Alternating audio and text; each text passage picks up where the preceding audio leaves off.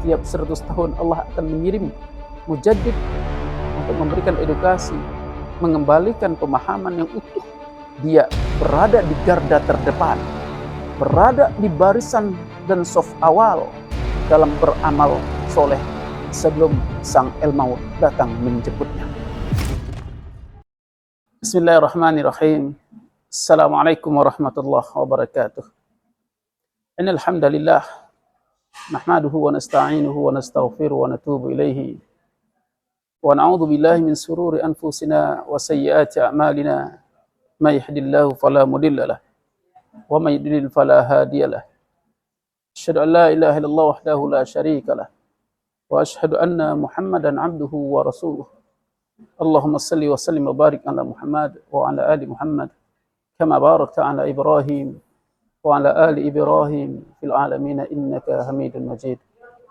Ma'asyiral muslimin dimanapun berada, alhamdulillah kita bersyukur kepada Allah.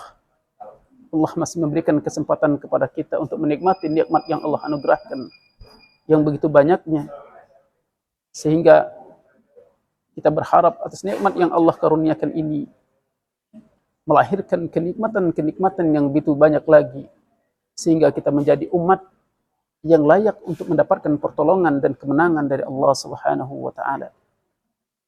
Kita ingat dan kita pernah mendengar Rasulullah sallallahu alaihi wasallam pernah bersabda, "Innallaha yab'atsu li hadhihi al-ummah ala ra'si kulli mi'ah sanatin ma yujaddiduha dinaha." Dikatakan bahwa apa yang Rasulullah isyaratkan di masa itu, 14 abad yang silam telah memberikan informasi dan kabar kepada kita bahwa di setiap 100 tahun Allah akan mengutus seseorang ataupun kelompok sebagai pembaru bagi din ini. Ini mengisyaratkan kepada kita bahwa betapa perjalanan kehidupan manusia di dalam mengemban amanah, di dalam mengemban syariat agama ini dengan beragam macam dan pola tingkah laku manusia di dalam menjalani kehidupan dan menyelesaikan persoalan-persoalannya. Tentu di situ akan banyak menghadapi berbagai macam persoalan yang perlu jawaban, yang perlu solusi, sehingga mampu memberikan pencerahan, memberikan tahlil minal masail, tariqatul khalas terhadap permasalahan-permasalahan itu. Perlu kita fahami bersama bahwa tentunya di dalam menjalankan tuntunan agama ini,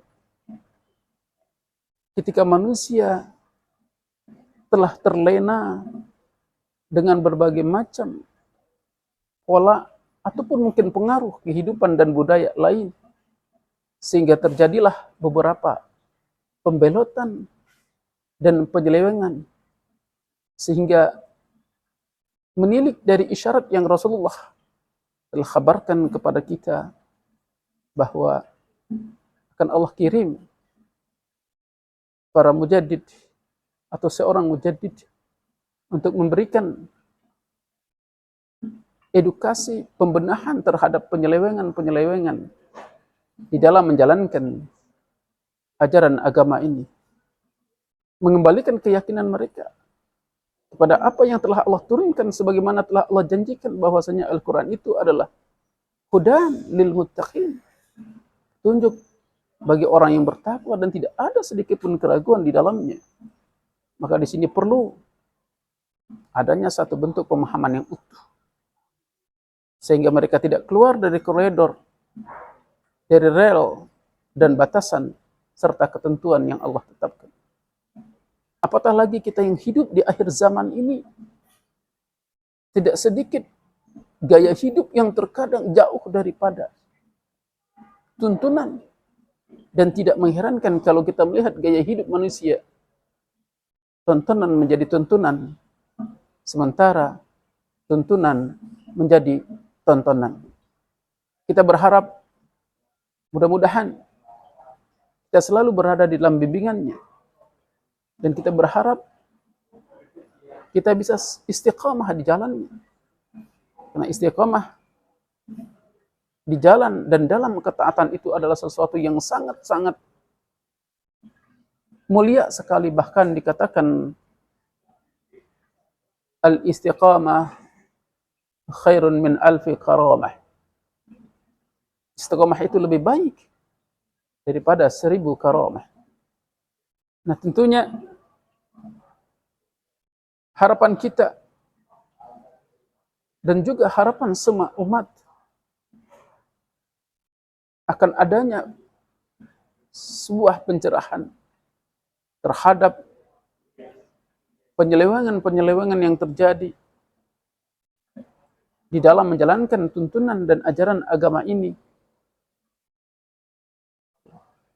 Maka Allah dengan sifat Rahman dan Rahimnya telah memberikan kabar gembira itu kepada kita. Di setiap min kulli ra'sin mi'atin sanatin, setiap 100 tahun Allah akan mengirim, ya, Allah akan mengutus, memberikan pembaharu, mujaddid, untuk memberikan edukasi, mengembalikan pemahaman yang utuh, mengembalikan pandangan yang selaras dengan apa yang telah Rasulullah kabarkan dan sampaikan kepada kita yang hidup di akhir zaman ini. Tentu kita yang hidup di akhir zaman ini tidaklah akan menjadi baik, melainkan kita harus kembali sebagaimana yang dijalankan oleh orang-orang terdahulu kita. Begitulah Imam Malik menyebutkan, la yasluh akhir hadhihi al-ummah illa bima saluha awwaluha. Tidaklah akan baik, ya, keadaan satu umat melainkan mereka kembali bagaimana umat-umat salaf terdahulu menjalaninya.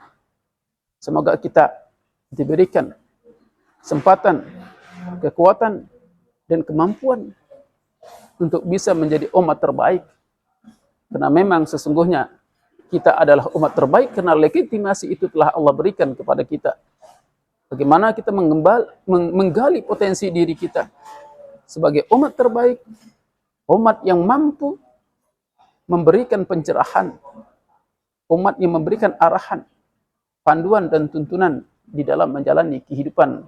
Jangan sampai keluar daripada koridor syariat yang telah ditetapkan oleh Allah Subhanahu wa taala. Karena kita adalah umat terbaik, umat hebat, umat pewaris risalah kenabian, risalah mulia yang mengemban amanah dakwah, yakni dakwatut tauhid. Mudah-mudahan Allah memberikan itu kepada kita, yang mana waktu, kesempatan, pemikiran, dan potensi kita selalu dalam bingkai kesalehan dan amal soleh. Karena begitulah yang Rasul khabarkan pula kepada kita, idza aradallahu bi'abdin khairan ista'malahu. Yaqul, kaifa yasta'mal? Qal, yuwafiquhu li'amalin salih qabla mautihi. Ya. Rasul menyabdakan, bila mana Allah menghendaki baik pada seseorang hamba, maka Allah akan mempekerjakannya. Lalu di antara para sahabat menanyakan kepada Rasulullah, ya Rasulullah, kaifa yasta'milu? Apa yang dimaksud dengan diperkerjakan? Qal, yufafiquhu li amalin salih qabla mautihi. Dia berada di garda terdepan, berada di barisan dan saf awal dalam beramal soleh sebelum sang el-maut datang menjemputnya. Mudah-mudahan kita dan semua yang berkontribusi di dalam meraih kejayaan, apatah lagi kita yang hidup di akhir zaman ini, menjadi hamba-hamba yang dicatat sebagai hamba-hamba yang dipekerjakan oleh Allah, yakni hidup mereka, waktu mereka, potensi mereka, dan kesempatan mereka selalu dalam circle amal soleh. Barakallahu fikum. Semoga nasihat singkat ini bermanfaat untuk kita semua. Aqulu qauli hadza wastaghfirullah li wa lakum. Billahi taufiq wal hidayah. Assalamualaikum warahmatullahi wabarakatuh.